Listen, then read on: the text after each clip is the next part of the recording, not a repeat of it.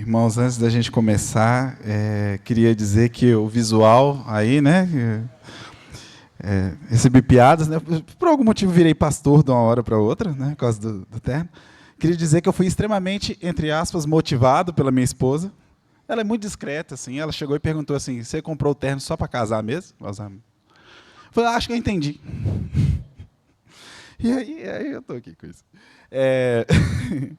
Irmãos, nós vamos hoje trabalhar o conteúdo, né, da carta de Judas, e a gente vai trabalhar o verso 5 hoje, resumidamente o verso 5.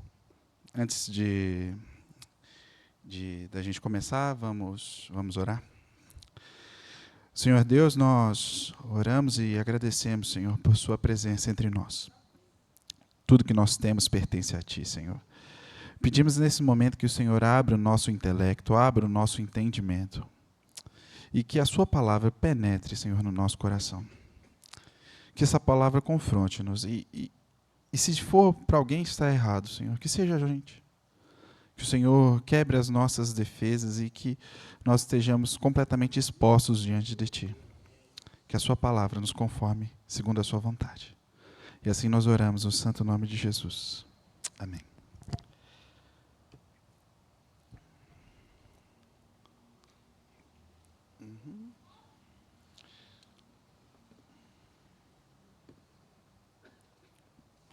Bom, antes da gente começar, deixa eu te contar uma coisa. Antes de me converter, eu tinha uma loja de camisas de time, só que falsa. Então eu tinha camisas de time, tudo quanto é time que você pudesse pensar. Só que todas eram falsas. Réplicas. Quando eu me converti, eu percebi que essa vida já não dava para continuar mais. E passou um tempo, eu saí do negócio. Mas, estranhamente, Deus conduz a história, e trabalhar com isso me ensinou uma coisa. As pessoas me perguntavam com frequência se as camisas eram originais. E eu podia falar com certo grau de segurança que eram. Porque dificilmente alguém teria meios para verificar se as camisas eram verdadeiras ou falsas. Porque saber que existe o falso e o verdadeiro é irrelevante. Porque todo mundo sabe que existe o falso e o verdadeiro. O que importa, na verdade, é se você sabe identificar entre os dois.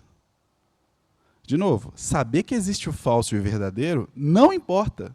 Todo mundo já sabe isso. O que importa é, você consegue identificar um do outro? Judas estava preocupado com isso. E, obviamente, a ideia de hoje, a gente não vai falar sobre camisas, mas sobre o Evangelho. Se hoje, nesse púlpito, eu ou qualquer outra pessoa, começarmos a distribuir heresias atrás de heresias, você tem condições de identificar? Ou então você está simplesmente à mercê da boa vontade? Se a resposta for que você não consegue identificar, toma cuidado. Você pode estar correndo um sério risco de estar acreditando numa mentira. E, às vezes, a gente, para identificar o falso, a gente recorre a alguns estereótipos muito bobos.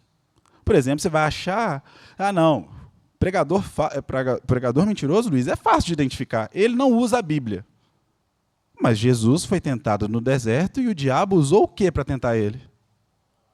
A Bíblia. Tá, não, Luiz, então tá. Falsos mestres são sempre rudes, grosseiros, eles te xingam de tudo quanto é nome, te tratam mal, eles são abusadores. E se eu te contar que tem um monte de falso mestre na internet que te chama de meu lindo? Não sei se alguém pegou a referência, mas vamos embora.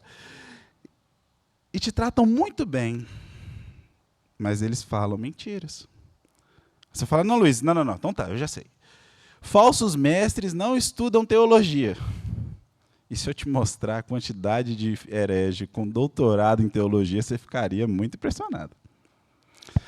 Judas está preocupado com isso. E essa era uma das questões ali na epístola de Judas. Bom, O que ele está tentando combater é um pensamento muito simples. E a gente pode separar ele em 3 premissas. A primeira é: nós somos salvos pela graça. E isso é verdade. A segunda é que nossa salvação não depende de nada que nós fazemos. Isso também é verdade. Mas a terceira, que é esquisita. Então, se a graça nós não fizemos nada para merecê-la. Se é tudo apesar da gente, então nós podemos viver do jeito que a gente quer. Era isso que estava sendo espalhado. E, bom, isso, dada a gravidade da carta, isso corrompeu a igreja de certo ponto. Só que, deixa eu te contar uma notícia. Herege não é criativo. Herege, na maioria das vezes, ele só pega uma heresia muito antiga, repagina e traz para a atualidade. Porque esse pensamento é muito comum em vários meios cristãos, principalmente evangélicos. Eu tive o desprazer, para trazer isso aqui, de pesquisar alguns livros, algumas coisas, de uma teologia, não sei se você já ouviu falar, de hipergraça ou graça radical. Essas pessoas creem no seguinte, que o pecado foi completamente eliminado da vida do crente. De maneira que pecar é quase uma impossibilidade. Obedecer às regras, obedecer os mandamentos de Jesus, na verdade, é uma afronta a Jesus, de acordo com eles. Uma coisa eles mudaram, é que eles não dizem explicitamente que você pode viver do jeito que você quiser. Mas é a conclusão lógica que sobra. Só para você ter ideia, existe um livro chamado Pura Graça. Graças a Deus não tem em português ainda. E se tiver, por favor, você não lê? Não, tá, lê coisa boa. Onde o autor Clark Whitten fez algumas citações muito esquisitas. E talvez seja bom a gente comentar sobre algumas delas. Tá? Uma delas, se não me engano, está nas páginas, logo no começo do livro, página 20, 19, ele vai dizer o seguinte: os cristãos não são obrigados a confessar seus pecados a Deus para serem perdoados. Nós já fomos perdoados. Com exceção de 1 João 1,9, não há base bíblica para um crente confessar seus pecados a Deus para obter perdão. Olha que bonitinho. É engraçado, né? Que para ele, o fato de supostamente existir somente um versículo que fala que nós devemos confessar nossos pecados, não dá base para que a gente confesse. O que eu faço com João 1,9, então? Existem outros, mas aparentemente ele ignora, de acordo para fortalecer a teologia dele. Bom, tem mais. Ele vai dizer o seguinte: eu acredito que o arrependimento do Novo Testamento não é o Espírito Santo convencendo do pecado, eu sentindo pesar, confessando o pecado e pedindo perdão e comprometendo a parar de fazê-lo. Esse cenário típico é uma grotesca deturpação do dom do arrependimento. É pagão. É uma grotesca deturpação. Você vai lembrar que teve um tal de Jesus aí que falou, né, que o Espírito vem para convencer o homem do pecado e do juízo. Pelo visto, para ele, não. Tá, tem mais uma, para a gente poder fechar isso. A velha abordagem religiosa de eu sou justificado, estou sendo santificado e serei glorificado é uma mentira. Para você que não está tão acostumado com essa linguagem, ele está falando que o processo de santificação que o crente vive, que isso é histórico, isso é identificado na Bíblia desde os primeiros séculos, que nós somos justificados, nós, durante a vida, vamos sendo santificados e nós vamos receber a glorificação no último dia. Ele diz que isso é uma mentira. Esse livro não tem em português, mas existem muitos proponentes aqui no Brasil que falam coisas muito parecidas. Muito parecidas. Bom, só que o pastor Pedro, tem falado muito, você vai lembrar das pregações de Judas, de uma tal de graça barata. Como eu disse, hereges não são criativos. O livro de Judas já combatia esse pensamento. Só que a gente teve um pastor da Segunda Guerra Mundial que morreu na época do nazismo, e ele escreveu uma coisa muito poderosa. Ele tem um livro em português, esse, por favor, leia, chama Discipulado. Vocês vão desculpar meu alemão, tá? É o Bonhoeffer. Consegui.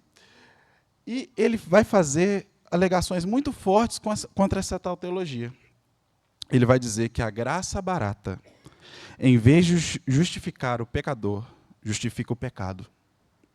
A graça barata é a pregação do perdão, sem arrependimento do pecado. A graça é graça sem discipulado, é a graça sem a cruz. É a graça de Jesus, sem Jesus, Cristo vivo e encarnado. Posta essa introdução, agora nós vamos ao texto de Judas. Judas está preocupado com isso. Então ele vai fazer algumas argumentações e ele vai nos lembrar de coisas que nós já conhecemos. E isso talvez seja o mais poderoso de Judas para mim. Judas, não sei se eu já comentei com alguém, é meu livro favorito da Bíblia. Porque eu adoro, sei lá, escarafunchar nas coisas. E Judas vai dando pistas do que ele está falando. Às vezes são pistas bem evidentes, assim, na sua cara.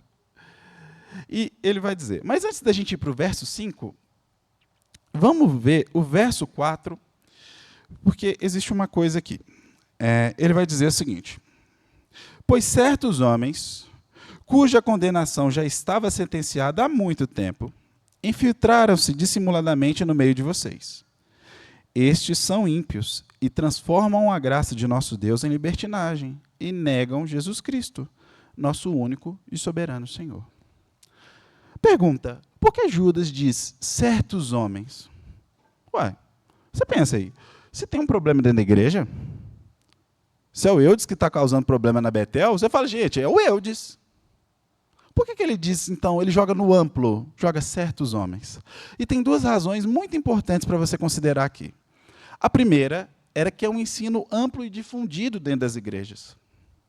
Ou seja, estava acontecendo tanto que esse ensino não tinha um rosto, não tinha uma cara. Quem que é que fala? Aparentemente era todo mundo, por isso que certos homens entraram aí no meio. E até receber a carta, pode ser que a igreja não soubesse quem eram essas pessoas.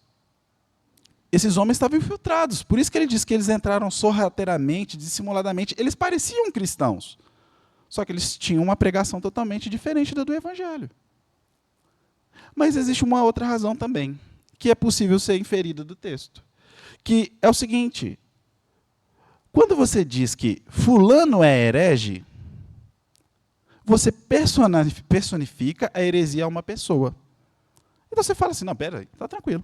É só eu evitar tal pessoa que está tudo certo. O problema é que essa heresia pode estar na boca de outro, e você não considera. A verdade é que heresia é heresia na boca de qualquer pessoa, independente de quem está falando. Então, Judas vai jogar um senso crítico para você agora. Você vai ter que identificar essas pessoas pela vida delas e por que elas estão falando. O que elas falam reflete a vida dela. Não importa quem está falando. Se está dizendo isso, se está dizendo que a graça é licença para pecar, então essa pessoa não tem nada de Deus. Pelo contrário. Então, a gente vai para o verso 5.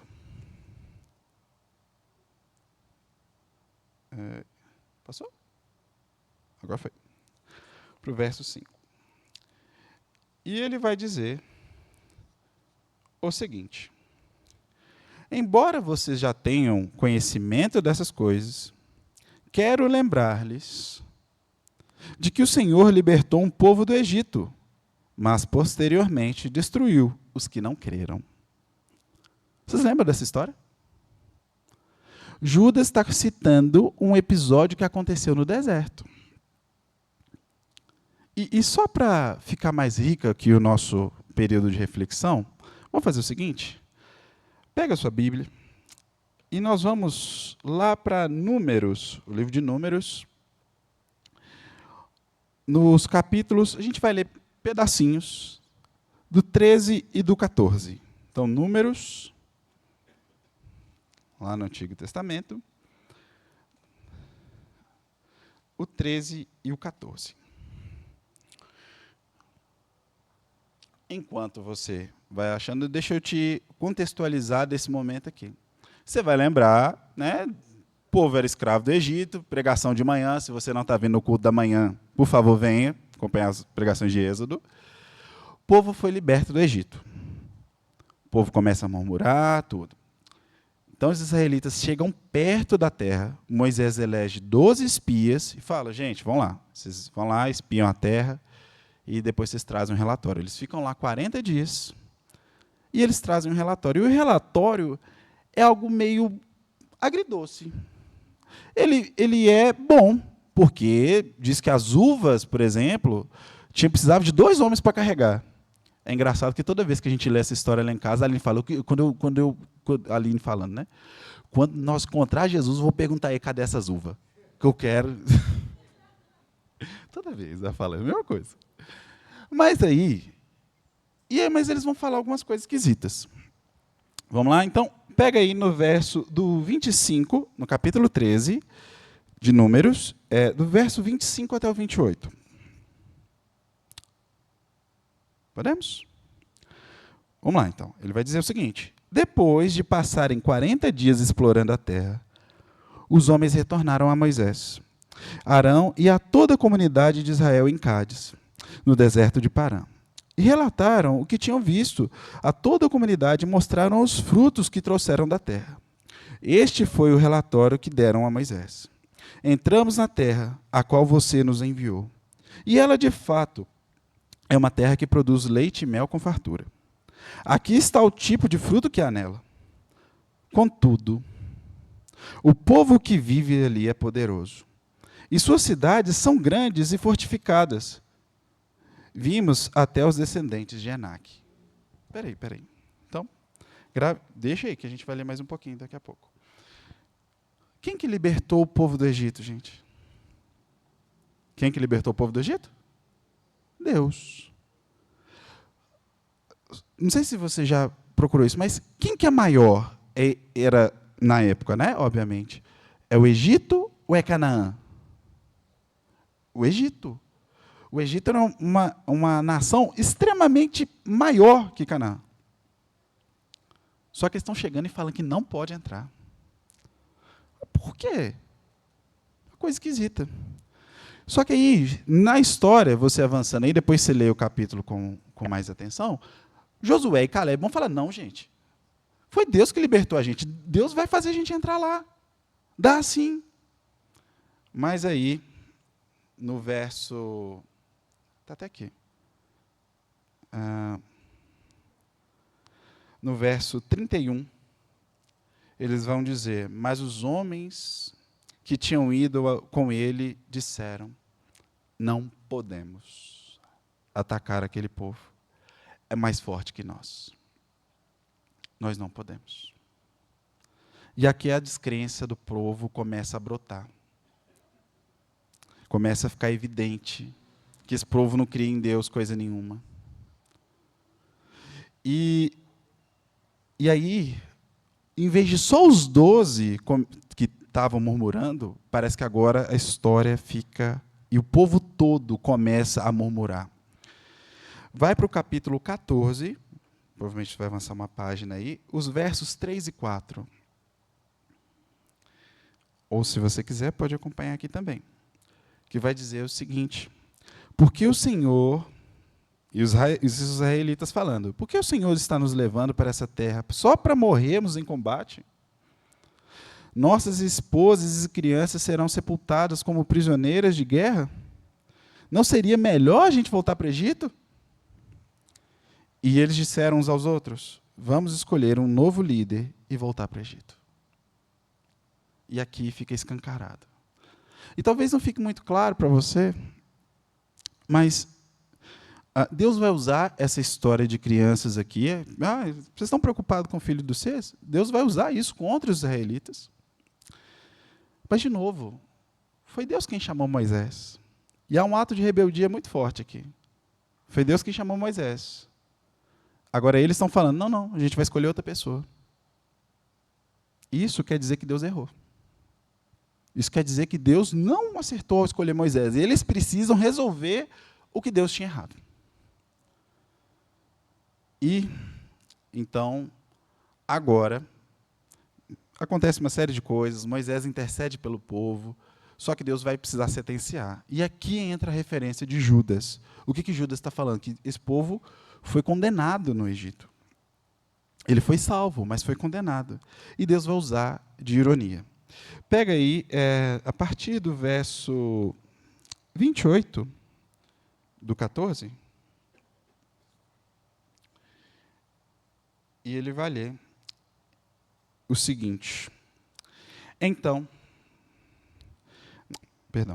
o Senhor, eu, Senhor, farei com vocês exatamente aquilo que eu os ouvi dizerem.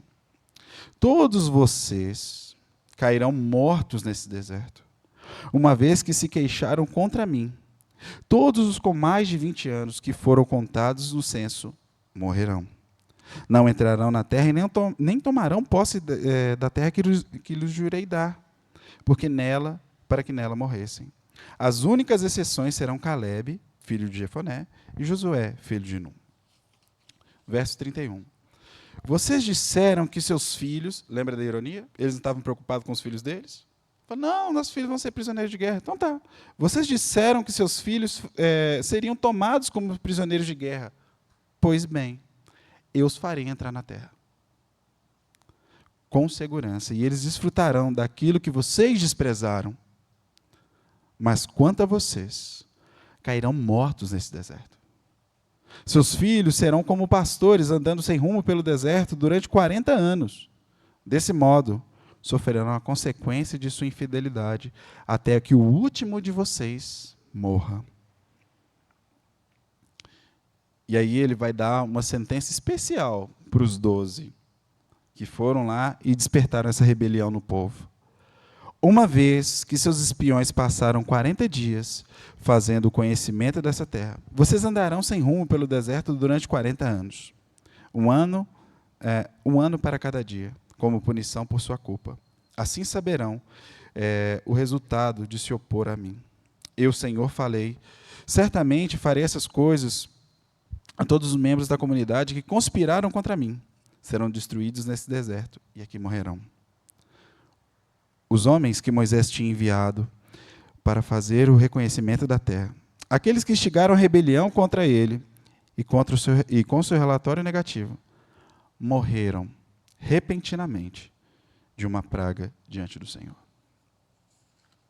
É desses homens que Judas está falando.